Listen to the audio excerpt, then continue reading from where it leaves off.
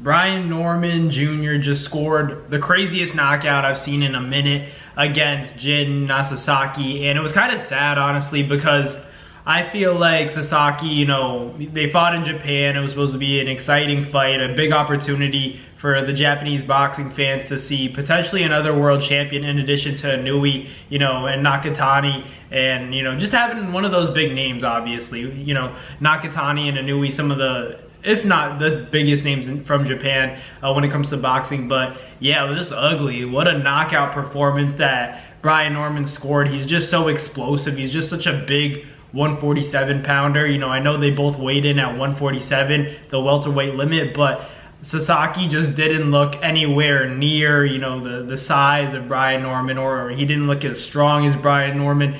It's just like two different animals, honestly. I think it's a genetic thing. Brian Norman just looks so cut up, strong, no fat, no body fat whatsoever. And Sasaki, he had heart for sure, showed that he's a true warrior, but it just wasn't enough against a guy like Brian Norman, because Brian, he's just a dangerous dude right now. I think him and Boots definitely would be an interesting fight at 147 if Boots could make the weight one more time. Obviously, a lot of people think that Norman ducked Boots, Boots is ducking Norman, whatever the case may be, but Norman just scored probably the best knockout that we've seen, amongst or between him and Boots. That was a great performance. That left hook that he had was such a great counter shot. His left hook is truly dangerous, and I think, honestly, he's the best at 147 right now.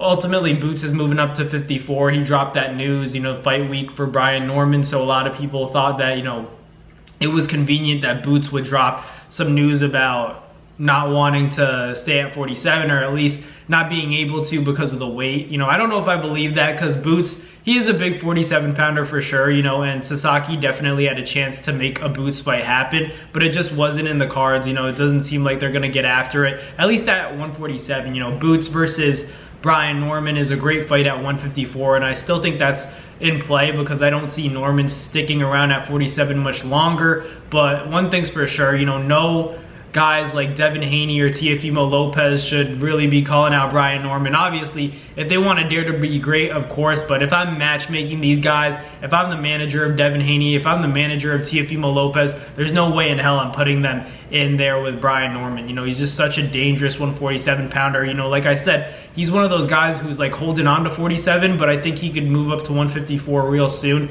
and still be a problem. He's just, a grown man at 147, as opposed to, guys like Devin, guys like Teo, and guys like Ryan or Rolly. They're great fighters, they're talented, but I don't think that they should go for guys like Brian Norman, because like, that's a grown man. I know he's younger, but like, just physically, he's nothing to, play with. Brian Norman is definitely dangerous. I think he showed that. It was such a crazy knockout. It was a very scary knockout, especially if you're, an Asian fighter, looking at that. That was just scary. It was a scary sight to see, as a, for all the Japanese fans, they all kind of gasped and they weren't cheering or anything, because it was scary. He got carried out on a stretcher.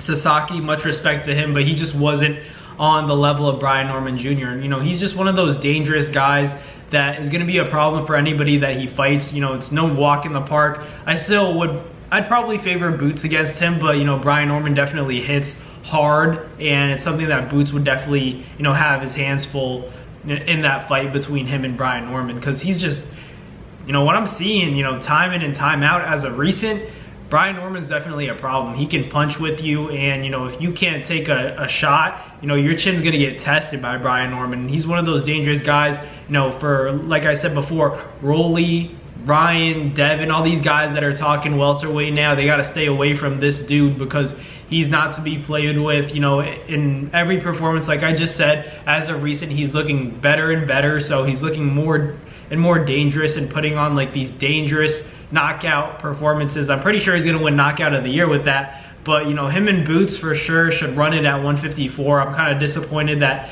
Boots had to move up to 54. I'm curious as to if he's telling the truth.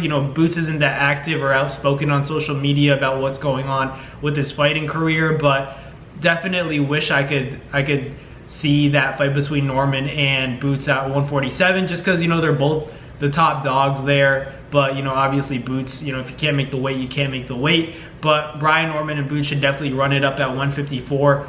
Like I said, it's a close fight. I think Boots, you know, probably edges it out and shows Norman that there are levels to it. But I wouldn't be surprised if Boots gets clipped with something crazy, because Norman knows how to counter punch. He can punch in between punches, and more importantly, he's an athlete as well. So, you know, Boots could definitely have his hands full with Brian Norman. But I'd favor Boots a little bit just based off the instincts. I think Boots is a little bit more, you know, gifted when it comes to the reflexes, you know, his ability to switch. He styles in there. He's a little bit more smooth, but Brian Norman, you know, great reflexes, great punching ability, great punching power. So I feel like that could definitely, like I say, you know, that could definitely be a problem for Boots. But I really want to see that fight. It's really interesting, you know, especially if we don't see Boots against Virgil Ortiz anytime soon. I'd love to see Brian Norman move up to 154 as well and call out Boots. And, you know, like he already did, but make a fight happen at 154 if Boots can't come down to 47. But let me know in the comments what you guys think. Thank you guys for watching. Like, comment, and subscribe. And I'll catch you guys on the next Nabs Boxing video. Peace.